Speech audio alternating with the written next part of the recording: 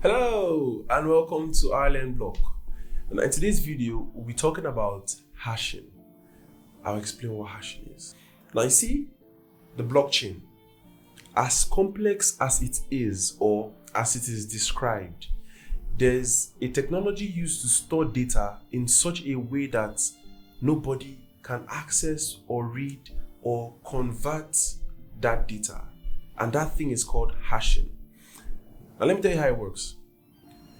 During the olden days, I like to call it olden days because I don't know the exact year, but when people from the military want to send information, let's say the guys on the battlefield want to relay information, to their guys back at the base or back at home, what they do is they try to encode this information in such a way that not just anybody can translate or understand what they're trying to communicate.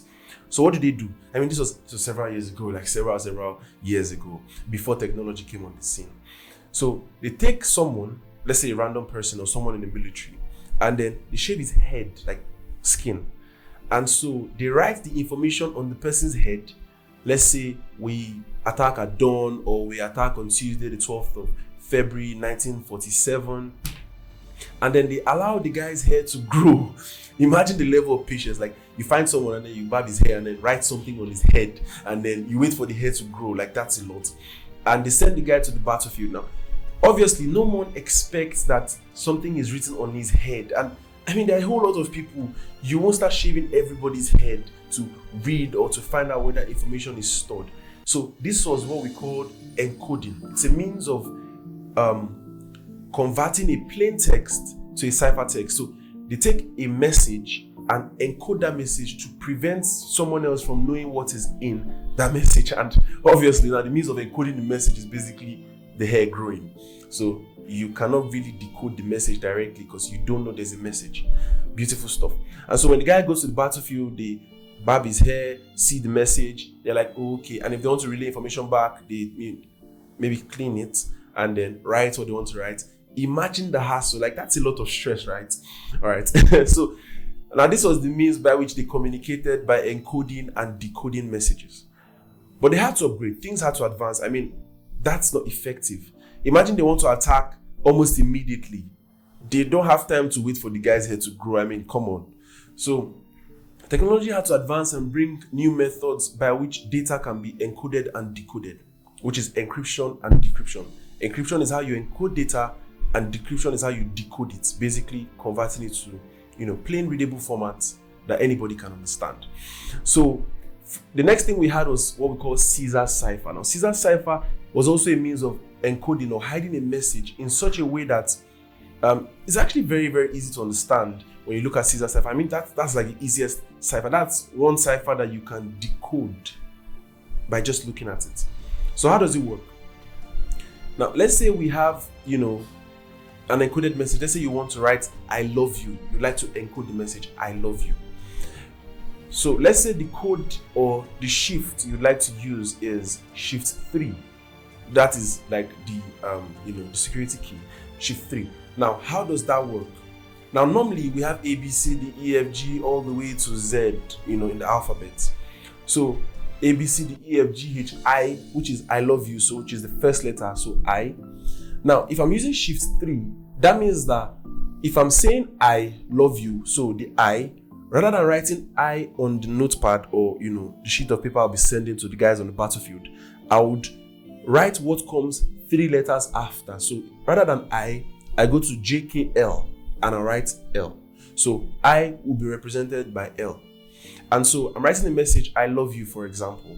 And so I will be represented by L, then L will be represented by, so I'd go to L, M, N, O, which are the, alphabets that follow, and O is the third one. So rather than writing L, I write an O. So it will be L representing I, and then O representing L, like that, till I am done encoding the message.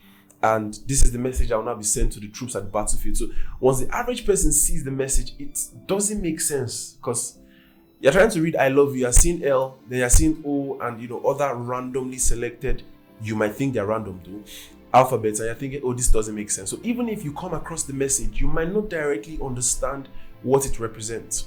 And this method of encoding is called Caesar cipher. That is, the method by which such a message could be encoded. But obviously, technology had to advance way, way more than that. And we had a whole lot of, ways to encode and decode messages. But now we have hashing. Now, the thing about hashing technology is when you hash something, you cannot directly decode it. So unlike the regular encoding and decoding where you take a message, you encrypt it, you encode it, and then you can send it to someone and then decode that message.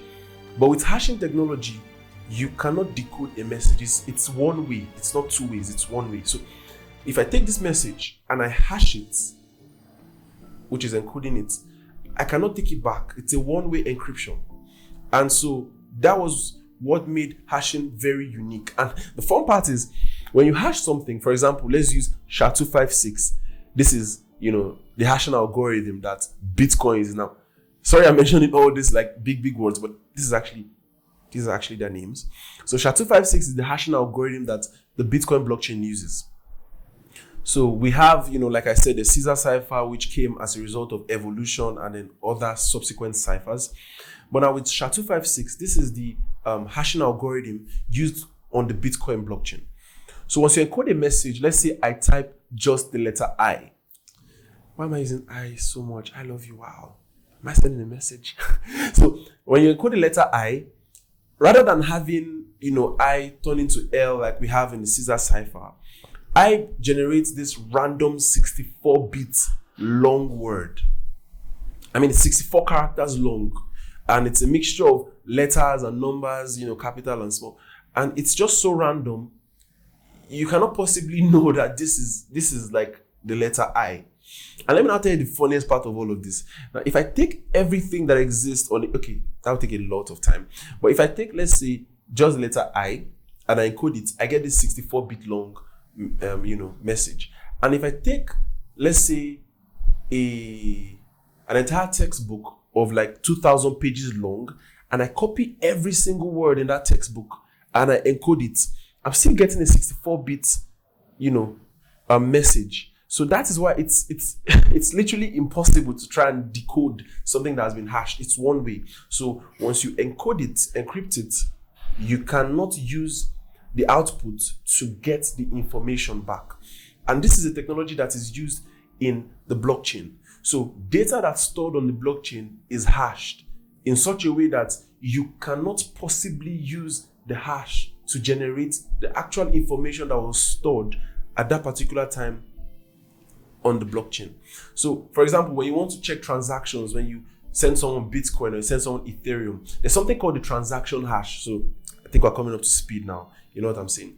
So, when you take that transaction hash and you scan it, you can see the history of that transaction, but you cannot possibly decode the hash. Have you ever wondered what exactly does this hash represent? What is that hash? What message is encoded in that hash? What could this possibly mean?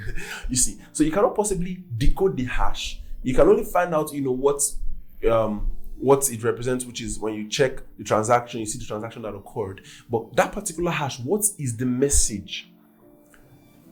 You can't possibly decode it. Now, this is where we talk about the hashing algorithm. So we have, like I said earlier on, there's encryption and decryption, which is the normal, cryptography algorithms that exist. But then when it comes to hashing technology, it's just one way. So once you encode a message, you can't decode it. I hope you get that. I really hope you did. Well, so please make sure you leave a comment down below. If you have any questions, if you have anything you'd like us to further explain in proper detail, we'll do that. And please don't forget to like and subscribe and share this video. Have a great day.